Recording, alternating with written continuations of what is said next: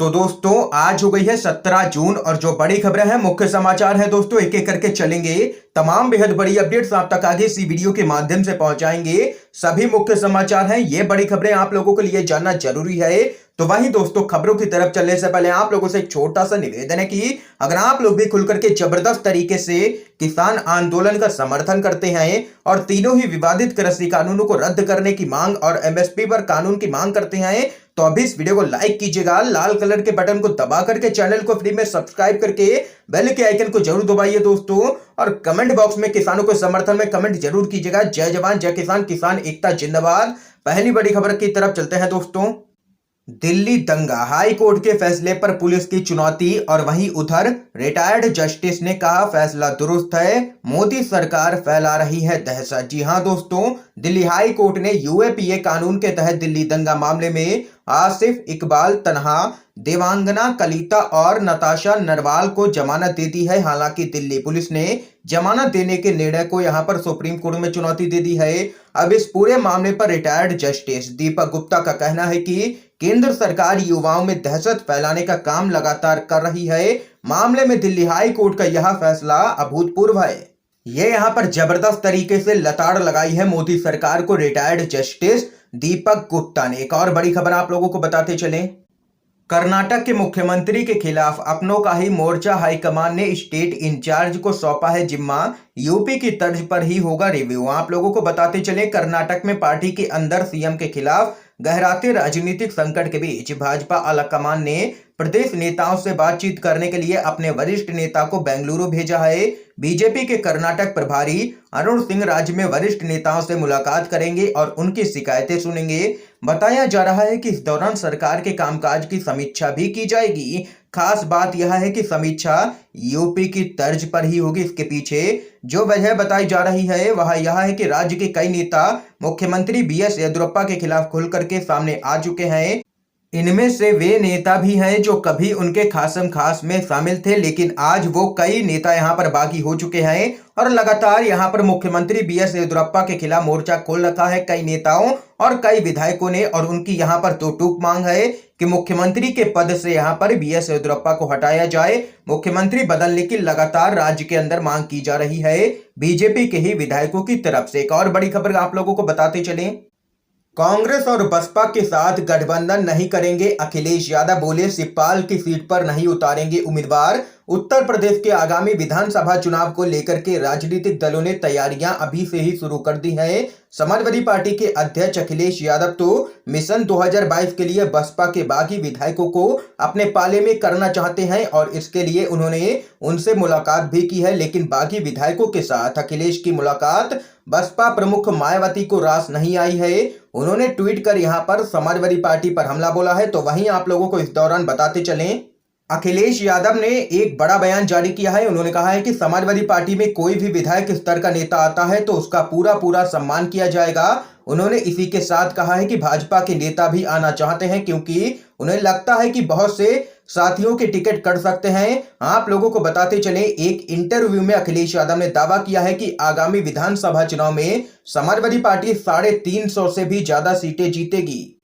और वहीं अखिलेश यादव ने आगे कहा है कि बड़े दलों के साथ इस बार गठबंधन नहीं किया जाएगा, सिर्फ छोटे दलों से ही गठबंधन किया जाएगा। ये यहां पर अखिलेश यादव की तरफ से बड़ा बयान सामने निकल के आया है। एक और बड़ी खबर आप लोगों को बताते चलें, एलजेपी को आरजेडी का साथ, कहा चिराग दें तेजस्वी यादव का साथ, नीतीश सरकार बस कुछ ही महीनों की है, मांझी और सहनी समेत कई हमारे संपर्क में हैं। लोक जनशक्ति पार्टी के सांसद चिराग पासवान को अपनी ही पार्टी ने राष्ट्रीय अध्यक्ष पद से हटा दिया, जिसके बाद चिराग पासवान ने बुलाई गई कार्यकारिणी की बैठक में फैसला लेते हुए चाचा और हाजीपुर से सांसद पशुपति कुमार पारस समेत सभी पांचों ही सांसदों को पार्टी से निकाल दिया। लोजपा में चल रहे घमासान से बिहार का सियासी पारा हाई है, इसके पीछे नीतीश की चाल बताई जा रही है।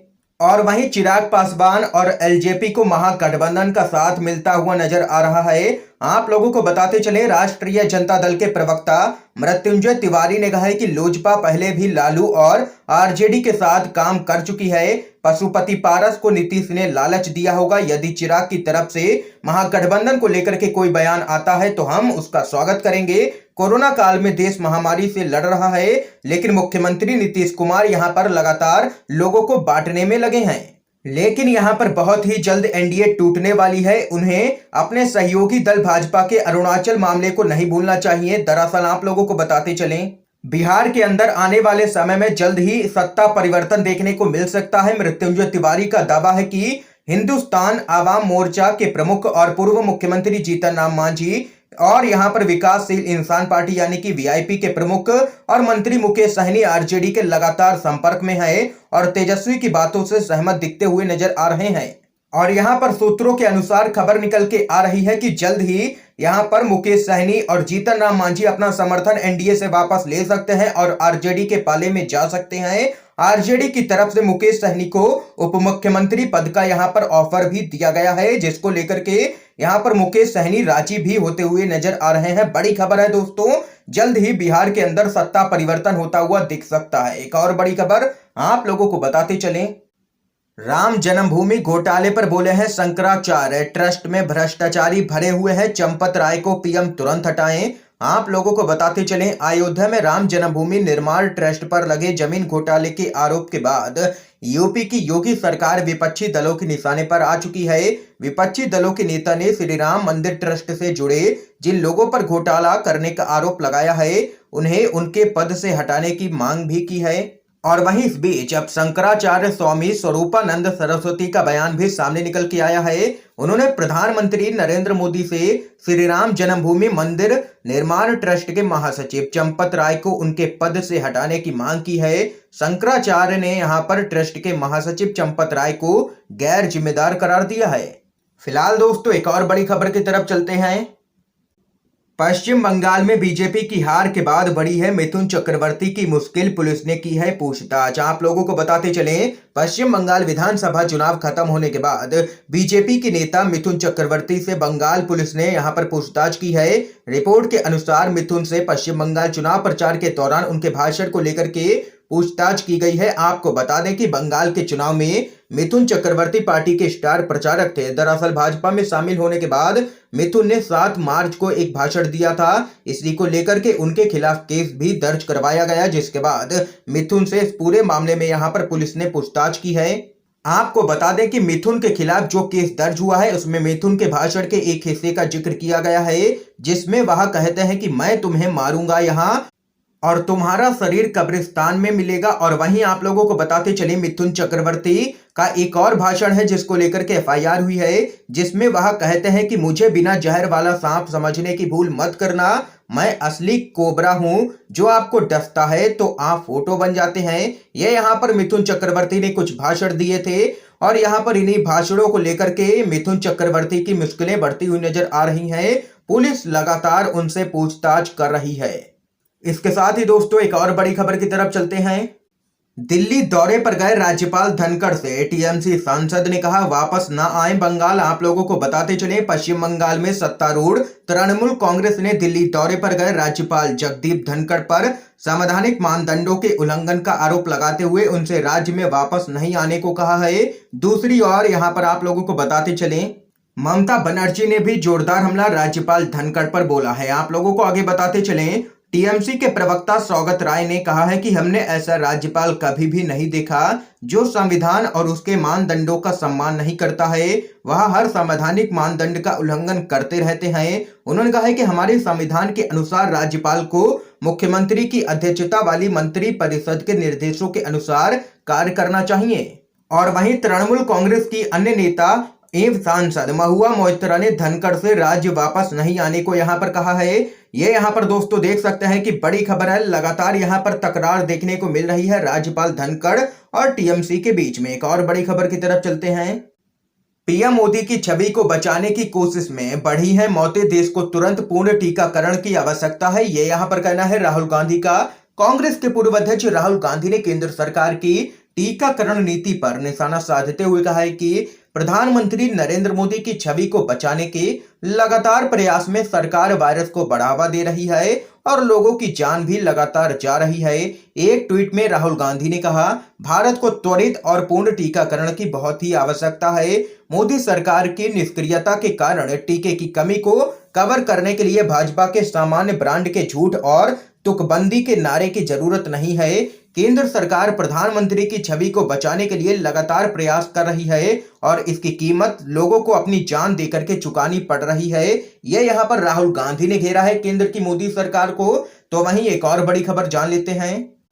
पेट्रोल डीजल के दाम हुए 100 के पार तो भड़के हैं लोग, बोले वेतन नहीं बढ़ रहा है तो तेल के दाम आखिर क्यों बढ़ रहे हैं। भारत में पेट्रोल और डीजल की बढ़ रही कीमतों ने आम आदमी के घर का बजट पूरी तरह से हिला के रख दिया है। किसी भी सरकार के कार्यकाल में ऐसा पहली बार हो रहा है कि पेट्रोल और डीजल दोनों के ही दाम यहां पर 100 रुपए के पार जा चुके हैं। सरकार इस मुद्दे पर लगातार इंटरनेशनल मार्केट में कच्चे तेल की कीमतों में बढ़ोतरी का हवाला दे रही है। आपको बता दें कि साल 2014 और 2019 में भाजपा को बहुमत से जिताने वाली आम जनता आज देश में बढ़ रही महंगाई से पूरी तरीके से त्रस्त हो चुकी है। मोदी सरकार ने आज लोगों को गरीबी और भुखमरी की तरफ धकेल दिया है। इस मामले में अब आम जनता ने भी मोदी सरकार पर साफ तौर पर गुस्सा जाहिर करना शुरू कर दिया है। एक सोशल मीडिया यूजर ने कहा है कि यहां पर मोदी सरकार अगर पेट्रोल के दाम 500 रुपए भी कर दे तो भी आम जनता को अपना काम चलाने के लिए पेट्रोल तो भरवाना ही पड़ेगा, लेकिन सरकार की इस यहां पर वजह से आम जनता मर रही है। लोगों का कहना है कि जब केंद्र की सत्ता में कांग्रेस थी तो ऐसा कभी भी नहीं हुआ था, तब सब कुछ ठीक था। अब मोदी सरकार है तो लोगों को कई तरह की परेशानियों का सामना करना पड़ रहा है। प्रधानमंत्री नरेंद्र मोदी की वजह से ही यह सब कुछ हो रहा है। मोदी सरकार सिर्फ चोरी कर रही है, यह यहाँ पर दो टूक कहना है आम जनता का, और जबरदस्त तरीके से निशाने पर लिया है आम जनता ने जब यहाँ पर पेट्रोल और डीजल दोनों ने शतक मारा है। आप लोगों की क्या कुछ राय है इस खबर पे जरूर बता सकते हैं कमेंट बॉक्स में कमेंट करके। एक और बड़ी खबर जान लेते हैं। बिहार में एलजेपी के सांसद पशुपति पारस और प्रिंस राज के खिलाफ कोर्ट में शिकायत की गई है दर्ज। धोखाधड़ी और विश्वासघात का है आरोप। आप लोगों को बताते चले, बिहार के कद्दावर दिवंगत नेता रामविलास पासवान की बनाई पार्टी लोक जनशक्ति पार्टी पर कब्जे के लिए जारी आंतरिक लड़ाई अब अदालत तक पहुंच गई है। बिहार के मुजफ्फरपुर की एक अदालत में सांसद पशुपति कुमार पारस और प्रिंस राज और अन्य अज्ञात लोगों के खिलाफ एक शिकायत दर्ज करवाई गई है, जिसमें धोखाधड़ी और विश्वासघात का आरोप लगाया गया है। तो वहीं एक और बड़ी खबर जान लेते हैं। बीजेपी में अब बंगाल के बाद इस राज्य में टूट के आसार। कई नेता टीएमसी के संपर्क में। दिल्ली से भाजपा के 3 नेता हुए हैं रवाना। हाल ही में ऐसी कुछ अटकलें लगाई जा रही हैं कि त्रिपुरा में बीजेपी के कुछ विधायक और नेता भाजपा के राष्ट्रीय उपाध्यक्ष मुकुल रॉय की तरह ही पार्टी छोड़ करके दूसरे दल में शामिल हो सकते हैं। इस बीच 3 वरिष्ठ केंद्रीय नेता राज्य में पहुंचे और राज्य के नेताओं के साथ व्यस्त बैठकें कर रहे हैं। और यहां पर अब देख सकते हैं कि त्रिपुरा के अंदर भी कलह देखने को मिल रही है बीजेपी के अंदर। एक और बड़ी खबर की तरफ चलते हैं दोस्तों। पी चिदम्बरम ने खोली है वित्त मंत्री के दावों की पोल। अब तक नहीं मिला है इन राज्यों को जीएसटी का बकाया। देश के पूर्व वित्त मंत्री और कांग्रेस पार्टी के वरिष्ठ नेता पी चिदम्बरम ने आज राज्यों के जीएसटी बकाये के भुगतान पर वित्त मंत्री निर्मला सीतारमण के दावों की पोल खोल दी है। उन्होंने तथ्यों के साथ आरोप लगाया है कि वित्त मंत्री निर्मला सीतारमण के दावों के विपरीत कांग्रेस शासित राज्य राजस्थान और छत्तीसगढ़ का जीएसटी बकाया अभी तक नहीं चुकाया गया है। दरअसल दोस्तों, पूर्व वित्त मंत्री पी चिदम्बरम ने अपने ट्वीट में कहा है कि राजस्थान का मई तक का जीएसटी बकाया 7,142 करोड़ रुपए और छत्तीसगढ़ का जीएसटी बकाया 3,069 करोड़ रुपए है। फिर भी वित्त मंत्री ने दावा किया है कि उन्होंने सभी राज्यों को जीएसटी बकाया राशि का भुगतान कर दिया है। यह यहाँ पर वित्त मंत्री निर्मला सीतारमण को रंगे हाथों झूठ बोलते हुए पकड़ा है पी चिदम्बरम ने और दावों की खोल दी है पोल। एक और बड़ी खबर आप लोगों को दोस्तों बताते चलें। महाराष्ट्र में मराठा आरक्षण के लिए कोल्हापुर में आंदोलन हुआ है शुरू। फायदा उठाने की कोशिश में है नक्सली। जी हां दोस्तों, बड़ी खबर है। मराठा आरक्षण की मांग को लेकर के महाराष्ट्र के कोल्हापुर में आंदोलन शुरू हो गया है। इसका नेतृत्व यहां पर भाजपा के राज्यसभा के सदस्य संभाजी राजे छत्रपति कर रहे हैं। इस दौरान मौन धरना प्रदर्शन किया जा रहा है। माना जा रहा है कि मराठा आरक्षण के मुद्दे पर राज्यव्यापी आंदोलन की यह औपचारिक शुरुआत है। इस बीच नक्सली आंदोलन का फायदा उठाने की कोशिश में लग गए हैं। बताया जा रहा है कि नक्सलियों ने गढ़चिरौली में पर्चे बांटे हैं। माना जा रहा है कि नक्सली एक बार फिर से जातीय संघर्ष की भूमिका तैयार कर रहे हैं। ये यहाँ पर दोस्तों आज की तमाम बेहद बड़ी खबरें थी जो हमने आप लोगों तक पहुंचाई हैं UNVTV के माध्यम से। इन खबरों पे आप लोगों की क्या कुछ राय है जरूर बता सकते हैं कमेंट बॉक्स में कमेंट करके। वीडियो को ज्यादा से ज्यादा शेयर कीजिएगा ताकि आप सभी के दोस्त भी इन खबरों को जान सकें। वीडियो देखने के लिए दोस्तों आप सभी का बहुत बहुत धन्यवाद।